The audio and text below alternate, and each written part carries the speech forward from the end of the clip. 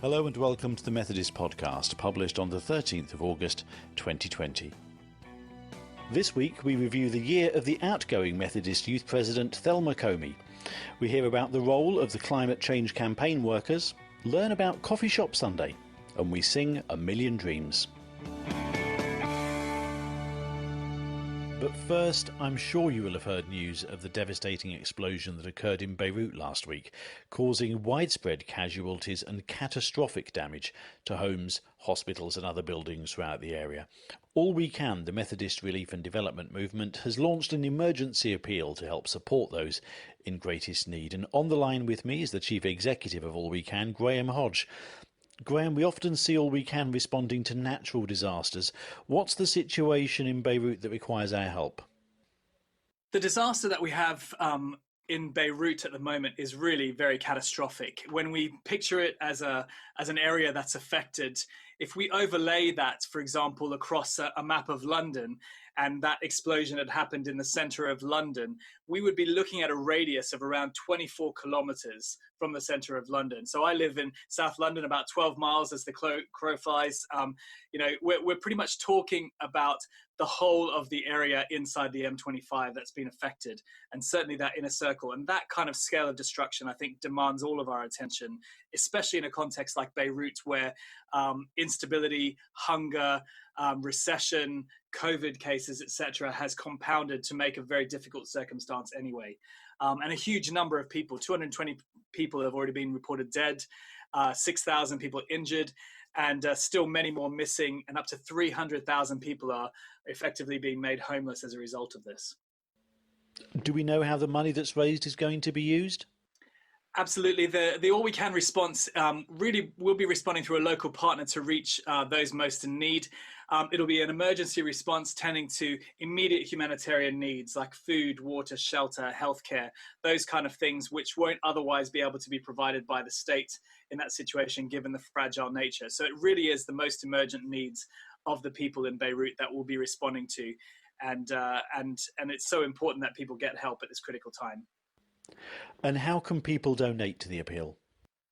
People have been so generous already, and we're so grateful for the support of the Methodist people, especially to this response that we're coordinating on behalf of the Methodist Church.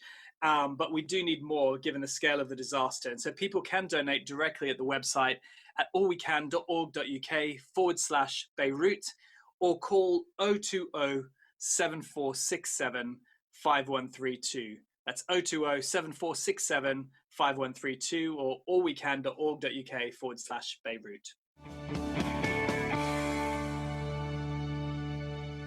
The Methodist Youth President, Thelma Comey, is coming to the end of her year in office. So before she goes, I decided it would be good to catch up with her for a chat.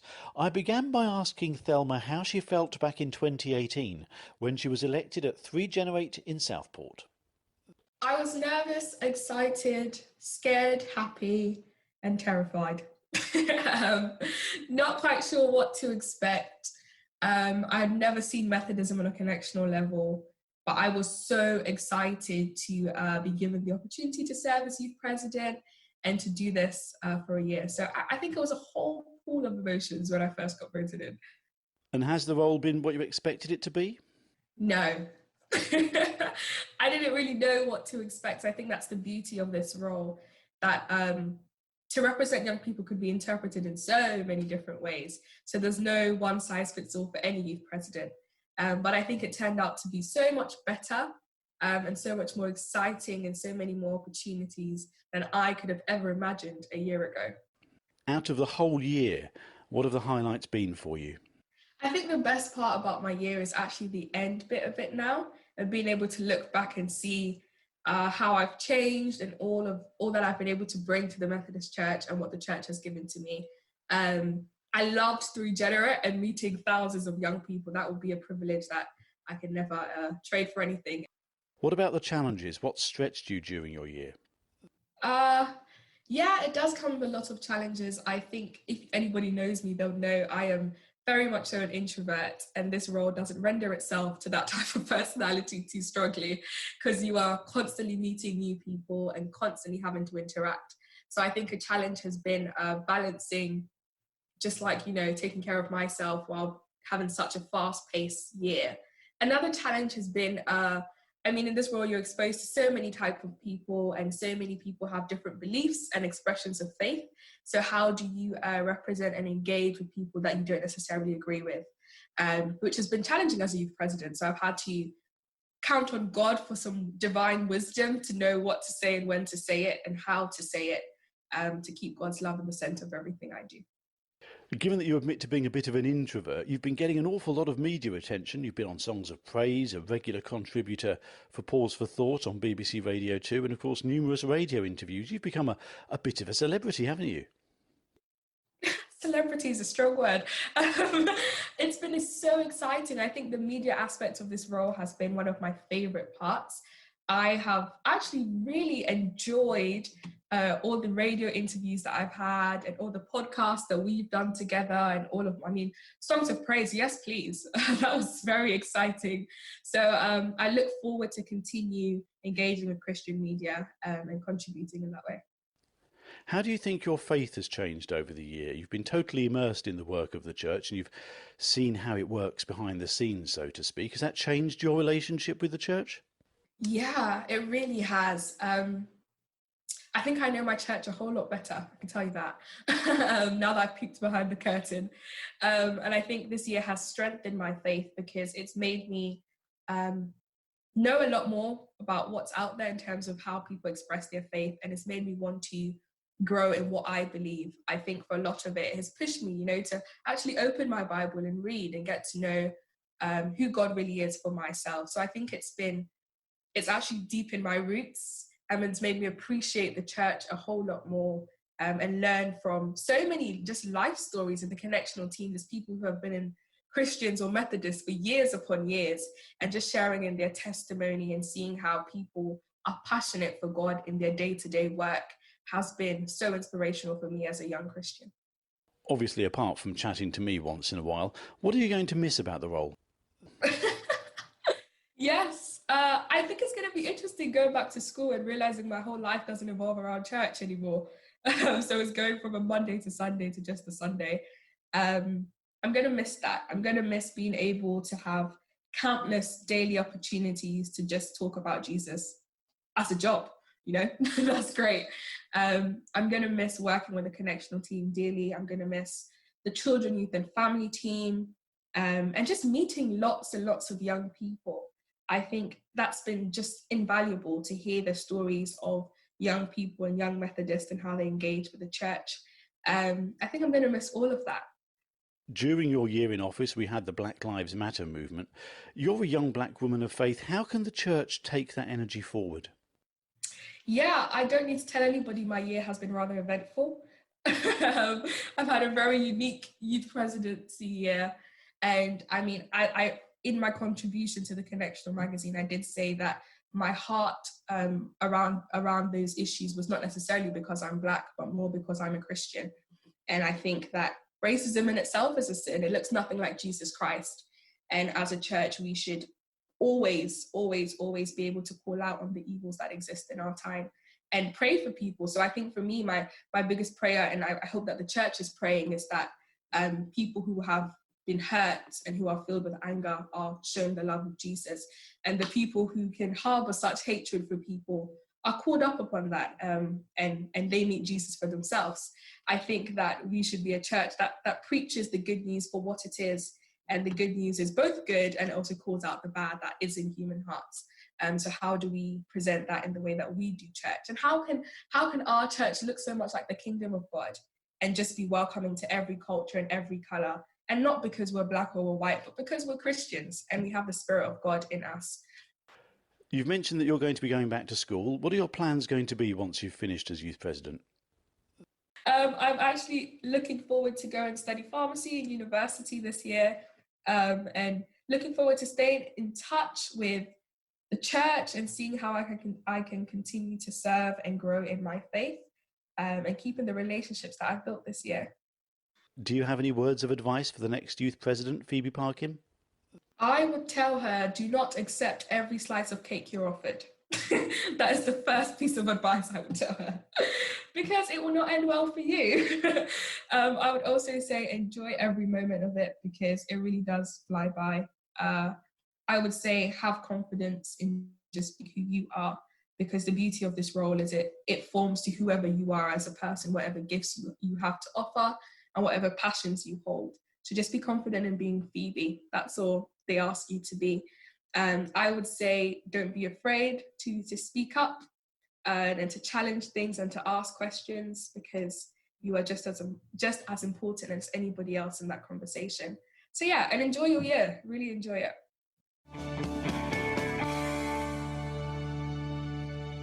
The Methodist Church has employed 2 young climate change campaign workers whose job it is to launch a climate justice campaign that's going to reach out across the Methodist Church and across the generations. The original plan was for Molly Pugmire and James Appleby to be working towards the COP26 Convention on Global Warming and Climate Change in Glasgow this November. Well, as with lots of events, of course, COP26 has had to be postponed until next year now. On the 22nd of August, they're organising 2 webinars for young people with the help of the Joint Public Issues team, the Methodist Church's Children and Youth team and All We Can, to explore the issues for young people and help to define the project. And Molly and James are, of course, on the phone with me now. Hello, Molly and James. Hello. Hello. Molly, the job was going to be for you both to attend the COP26 summit that's taking place in Glasgow this November, but that's not happening now, is it? Yeah, so obviously originally when we first applied an interview for this role, the world was pre-COVID, and the idea was that the COP26 conference, which is the UN's climate change conference, was supposed to be happening in Glasgow this November 2020. So part of the idea was that we would start the roles and we would be coming up with a campaign to mobilise the church with our eyes fixed on that point of November. But obviously, because of the pandemic, that is obviously not possible now. So instead, the conference has been moved to next November, I think at the moment. And so that is now outside of our year-long contract. So at the moment, we're not entirely sure what involvement we'll have with the COP specifically, because beforehand we were going to go and be there, whereas now we're not entirely sure what will happen with that. But the idea is now instead we have more time, which I guess in many ways that's a really good thing, instead of having only half of our year sort of before the conference and being able to, after the conference, maintain that kind of energy and enthusiasm for climate justice. Now we've got a full year, so we can build something really substantial, and hopefully by the time COP does roll around, the church will be a lot more informed and passionate and excited and hopeful for the things that will happen in Glasgow. James, tell me about the Green Agents of Change Catalyst event that's taking place on the 22nd of August. So the Green Agents of Change were a sort of a number of young people who'd signed up with the Children, Youth and Families team to express an interest in taking action for climate justice. So what we're going to be doing is on the 22nd of August, that's a Saturday, we're running 2 events, one at 10:30, which is aimed for ages 8 to 11, and one running at 3:30, which is aimed 12 to 17s. They're both going to be an hour and a half, and they're both going to sort of look at different aspects of climate justice and what that looks like within the church context. And Molly, what are the outcomes you're hoping for from the Catalyst events? Yeah, so I think a big part of the event is also just celebrating the fact that young people within and outside of the church have been already really vocal and active on issues of climate justice. So given a little bit of space, one, to celebrate the achievements of young people, but also to be able to connect them up with one another, because I think a lot of young people in the church, regardless of what issue you're discussing, often find that they might be alone in their church congregation. So a big part of what this event is hoping to do is connect up young people across the UK who are passionate. So hopefully after the event, we'll be able to find out a little bit more about what those young people want from us in the future and how they can be involved in our work and also the work of the upcoming new youth president, Phoebe Parkin, whose theme for the year encompasses this issue of climate justice and how young people can be at the forefront of engaging their communities in climate justice. So hopefully after the event, we'll be able to work out how we can best support these young leaders and activists, and see what we can do for them and what they can do for us. With the whole world focusing on the pandemic, is there a danger that climate change could be forgotten, or could everything that's happened this year be seen as some sort of opportunity? Most people, I think the statistics are showing at the moment that most people don't want to sort of return back to the way things were before the pandemic. I think a lot of people are appreciating the clearer air, the sort of clear skies and all of that. And so I think there is certainly a good possibility that when we sort of go through the recovery process, the recovery plans, that people might start to try and actually work climate justice and climate action into that, because I think that is going to be sort of quite fundamental to any rebuilding process.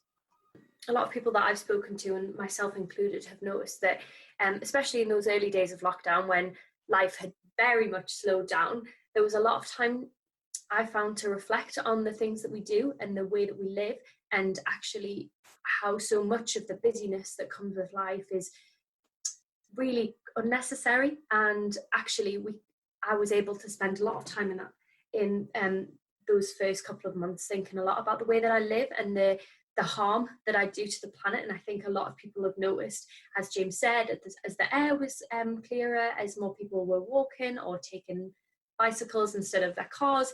And I mean, at the moment, obviously there's a big push for people to stay in the UK if they're going on holiday this year, as opposed to flying abroad.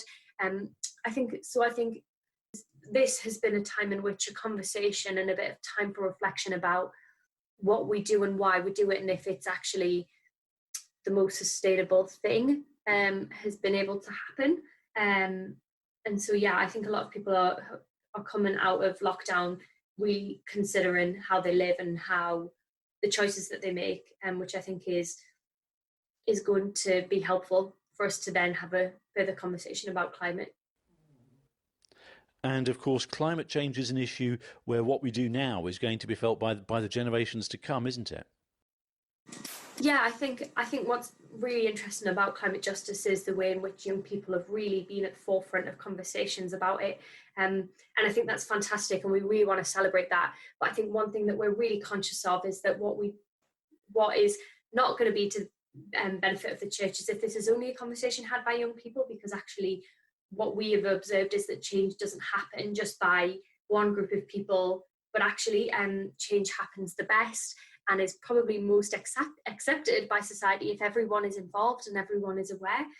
So a really big part of our job this year is to work out how we can start this intergenerational work in the church, so that views and the knowledge of young people is respected, but actually that empowers and educates other people in the church, so that it's the whole church who is being mobilised together, and people aren't left behind or left confused about why it's important, but everyone can unite under one cause and work together.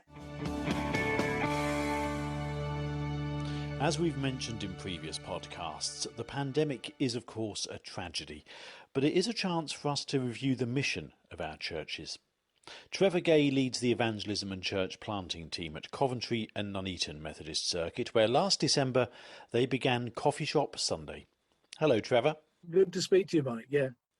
Trevor, how did Coffee Shop Sunday come about? Last summer of 2019, the circuit launched a mission plan, a strategy, and that strategy had 7 elements, and one of them was evangelism and church planting. And myself and the superintendent, Marcus Torchin, we stood in the sun in this car park, in a retail park in Coventry, and I noticed a Costa Coffee shop. So I suggested we go and have a cup of coffee and a chat. And as we sat in Costa Coffee, I said to Marcus, this would be a good place for worship. And so that was the that was the seed, if you like. And from that, we approached Costa Coffee management, who were just fantastic, so cooperative. And within 3 months, we were up and running from the 1st of December. How did you get people to come and join you at Coffee Shop Sunday? Initially, we decided that we'd meet every 2 weeks. So we meet at 4:30 on a Sunday in the retail park. And initially, we obviously advertised what we were doing within the circuit. And the first session, first gathering, it's fair to say that most of the people who came were people who already go to church. And we had a total of 22 people, which was good as a first week. But within about 3 or 4 gatherings, we had 57 people. And that's amazing. And those 57 included a number of people who were customers of Costa Coffee, because the store closes at 5 p.m. and we're there from 4:30. So customers who are already there can have the option of staying on or leaving at 5 o'clock. And the joy is that a number of people have stayed with us. We provide free coffee from our budget for anyone who wants to stay, and maybe that's one of the attractions. But I'd like to think there's more to it than that. How does worship look and feel in a coffee shop? Are people comfortable worshipping in that sort of public space? Yeah, I think the answer is yes. I think it's different for people, certainly people who are used to church and traditional worship. It's different. And it's been amazing how some of the older and more experienced churchgoers have enjoyed it. I love that. So it's definitely different. We have a contemporary style. It's intentionally modern. We try and use language that is non-traditional. So we don't have a sermon, we have a talk or an interview. We don't have hymns, we have a songs. So we try to be not a traditional hymn sandwich service. We have a keyboard player who at 4:30 will be playing ordinary music and a mixture of some Christian music. One of the lovely stories is that somebody asked him in the first couple of weeks, "Do you do any Tom Jones?" which is wonderful. He does do Tom Jones. So it's a different approach. And I think people are surprised who are in there as customers. I think they're intrigued. Some people go at 5 o'clock, which is fine, but a number of people have stayed, which is even better. I'm assuming the pandemic's meant that you've had to pause Coffee Shop Sunday for the moment. Yeah. When middle of March came along, we were all disappointed because we'd had 8 gatherings by then. We meet every other Sunday. And then really it was quite sad that we stopped, but there we go. But we made a commitment that we would keep in touch with people, which we've done through our online presence, through Facebook, Zoom, video updates, and writing. I imagine you're going to have to work very closely with Costa on how you return to Coffee Shop Sunday, aren't you? Definitely. We've been in touch with Costa, and they want us back. We went to see the Costa management, and they're great. They're looking forward to us being back. We can't wait, but we'll have to wait. They are very much part of us, and they want us back, and we want to go back. Is the Costa Coffee model maybe a good idea for other churches to consider when they're thinking about their forward planning for mission? Yeah, and we certainly in our circuit, this is seen as our first expression of many. We've already got 2 coffee shops, one another Costa and one an independent coffee shop, one in Coventry, one in the Nuneaton part of the circuit, who are already expressing interest in doing something similar. So we've got 1 running, 2 in the pipeline, and a few more to come. Our strapline, Mike, is for Coffee Shop Sunday is meeting God in an ordinary place. And there aren't many more ordinary places than, coffee shops. And people are there. So the idea is to go to where people are, and give people the choice, the option of staying with us or not. And if people walk out at 5 o'clock, that's not a defeat, because God will have touched them whilst they're there. Elisa Rumsby is leader at Blaydon Methodist Church in Oxfordshire, where the members have put together a special performance of A Million Dreams from the musical The Greatest Showman.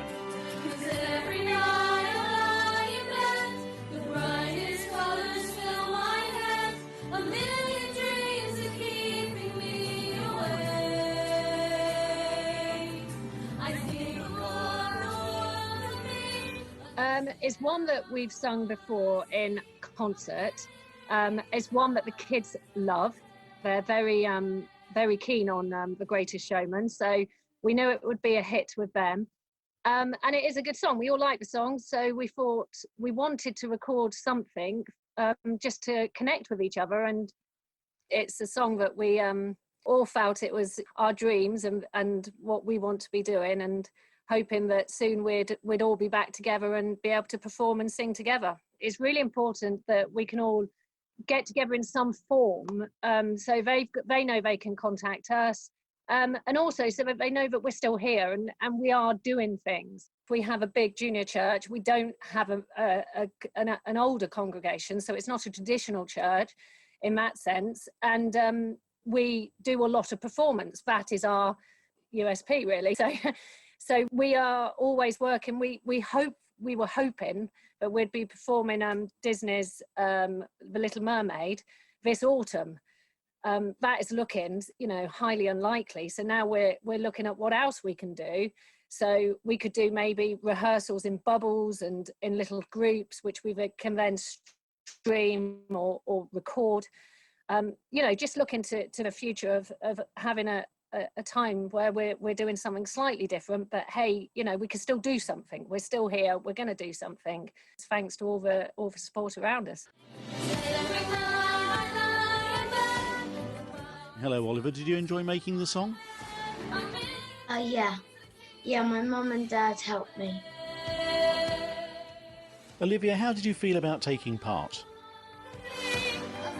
Well, I've never heard my own voice without a backing track, so that was rather eye-opening. Very interesting. Very different, not having other people singing with you and hearing and bouncing off other people when you're performing. So it was a very different experience, but I really, really enjoyed it. I was really proud of them all. I thought they all did a fantastic job because, like the girl said, it was so different than performing on stage. Because you haven't got the confidence of having your mates around you. So they all did an amazing job, and we were really, really, really pleased with the end product. And the kids were awesome, as they always are.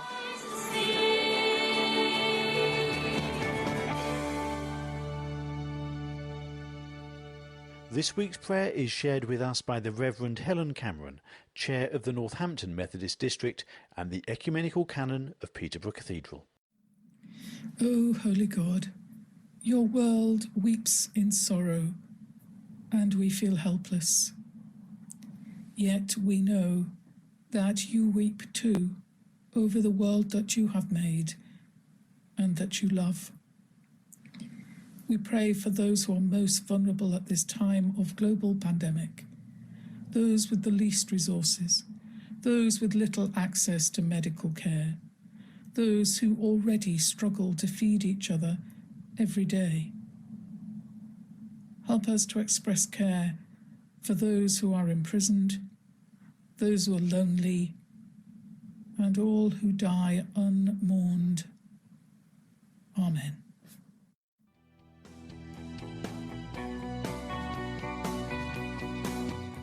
Thank you for listening to this week's Methodist podcast, and do let us know if you or your church have something you'd like us to feature. From myself, Mike Ivat, goodbye.